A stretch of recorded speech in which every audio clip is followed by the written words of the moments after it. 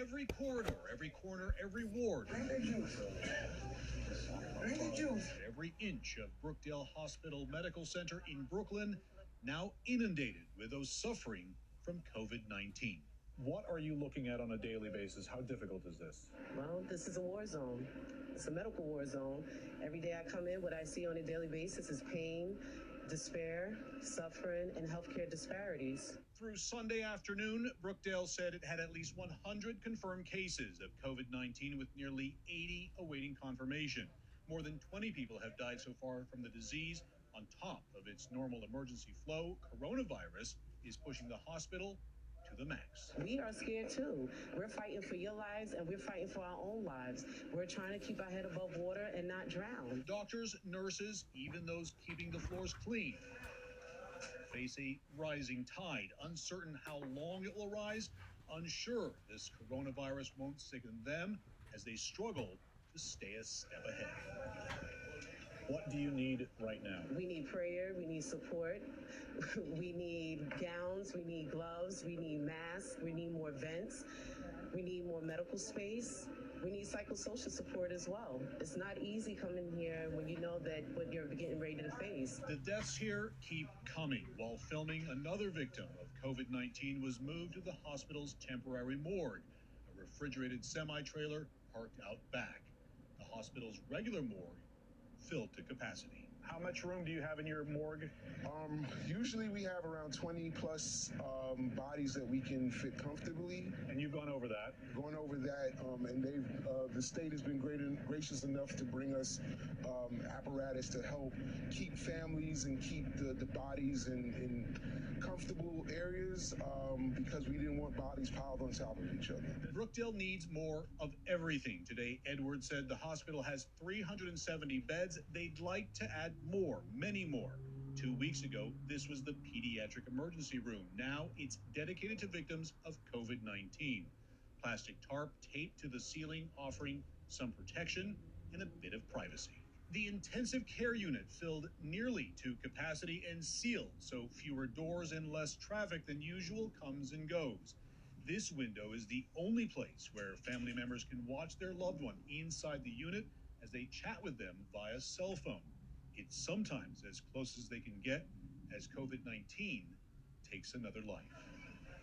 As grim as it is right now, Dr. Mollette expects it will get worse. It could end in the fall, it could end at the end of the year. But this is why we're begging everyone not just to only put that pressure on the emergency department, but also for everybody to help us to help them by staying home. You think we're in it for the long haul? Oh, This is months, not weeks. Definitely. Another worrisome thing she's seeing coming through the doors, not just the elderly and those with compromised immune systems. I work at two hospitals. So I work here in Brooklyn, and then I work at another hospital in the Bronx, and it's the same thing. In the South Bronx, it's the same thing. I've had patients that were in their 30s, and they are now intubated, and they're really sick. I've had patients that are well. No underlying conditions. No underlying conditions. So the thing is about between life and death, as far as this coronavirus, is that this virus there's no difference. It has nothing to do with age, has nothing to do with lack of access to health care, has nothing to do with socioeconomics, race, or ethnicity. This virus is killing a lot of people. Brookdale has one advantage. Hospital officials say it can do rapid testing for coronavirus on site, its own lab. Right now, up to 300 tests a day. They hope to get to 500 a day. And right now we have about 52 specimens in here. We're about to that we're preparing to test at the moment. The hospital following Centers for Disease Control guidelines on who gets coveted tests. Patients admitted for possible coronavirus, healthcare workers showing symptoms, and symptomatic long-term patients. Each test a laborious and time-consuming process. It's very easy to make a mistake. Very easy, just from an extra milliliter of reagent.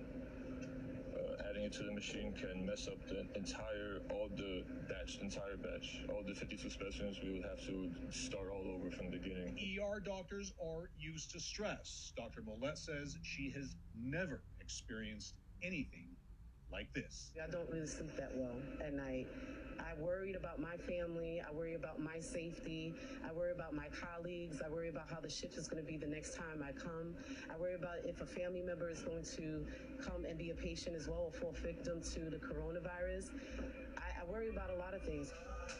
The disease, a marathon that healthcare workers alone cannot win or even finish. It's not up to just only to the emergency department to pull through and to make sure the curve is flat. And this is a responsibility for everybody in the country to help us pull through. So stay the F home. Exactly. I'm very. Is that literally? I mean, how? Stay the F home. Exactly. Exactly. Because it's not just us that has to help flatten the curve and take care of everybody. Help us help you. She says it will take everyone pulling together. The worst days, she fears, are still ahead.